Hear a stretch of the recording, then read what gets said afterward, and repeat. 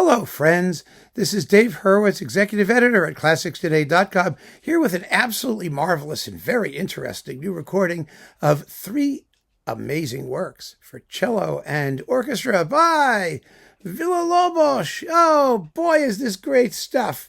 Two cello concertos, numbers 1 and 2, one from 1915 and one from 1953. Opposite ends of his career, and his Fantasia for cello and orchestra of 1945. These are fun, wonderful pieces. I'm amazed that they don't get performed more often. Okay, the first cello concerto, well, it's a little bit short. It's 21 minutes in 3 movements. Villa-Lobos is one of those composers who I always find kind of like, well, he sounds like he wrote one gigantic piece of music and then just sort of cut it into chunks and called some chunks Symphony, something Bachianas Brasileiras, something cello concerto, something piano concerto. It's all the same guy. And his style is rich and thick and exotic and lush and really hopelessly overwritten and kind of formless. He writes piece in sort of like formal blobs that he just stop and start somewhere without really, actually, these are kind of in cyclical form, at least the concertos. You can kind of tell that sort of, a little bit, but it really doesn't matter. They're just big orchestral effusions. And his style is so characteristic. For a guy who's tropical, everything he writes sounds kind of tropical. There's a sort of lush abundance to his music. He had basically, fundamentally, a dark sound. His preferred timbres are, his instrument was the cello. That was his instrument. He loved the cello.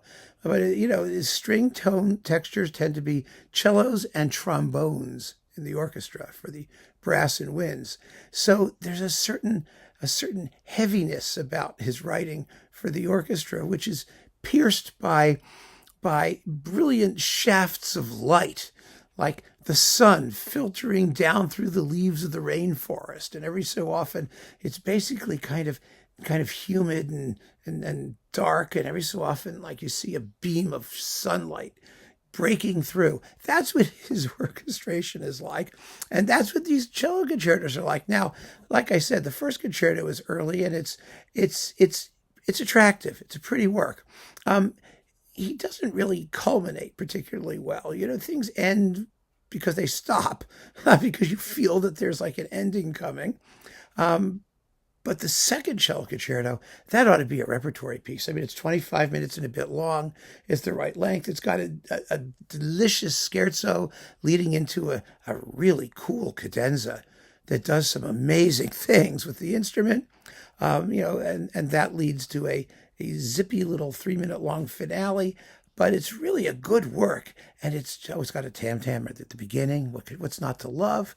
But it has some amazing sounds and textures and really good tunes. This thing has got tunes, and sometimes they're even played by like the woodwinds, which makes it really interesting. The Fantasia for cello and orchestra is as long as the first concerto. It's about 3 minutes. 3 minutes? No, it's in 3 movements. It's about 20 minutes long, and it's just wonderfully exotic. It's so much fun. I just love this stuff.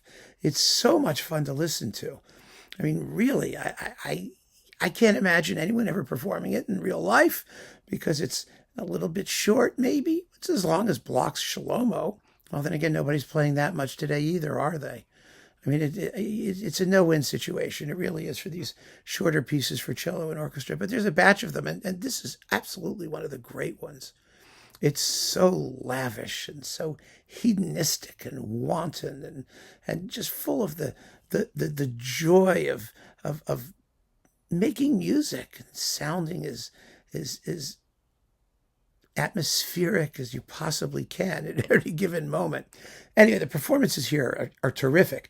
The cellist is Antonio Meneses, who's a an amazing cellist.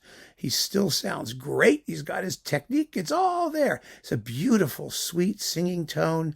Lovely, absolutely lovely. And you've got the Sao Paulo Symphony Orchestra under Isaac Karabtchevsky, who was one of the great Brazilian conductors and certainly knows his Villa-Lobos stuff. I mean, boy, does he do this well. It's on Naxos. It's part of their Brazilian music series. And it's a very impressive entry. It really is. This is just, I keep repeating myself about this, but really, really a wonderful record. And if you're looking for some terrific music for cello and orchestra, and you don't know these works, and who does, then you would be absolutely missing a treat if you don't get this disc and give it a listen. I'm sure you're going to love it. So keep on listening, friends. Thanks for joining me. Take care.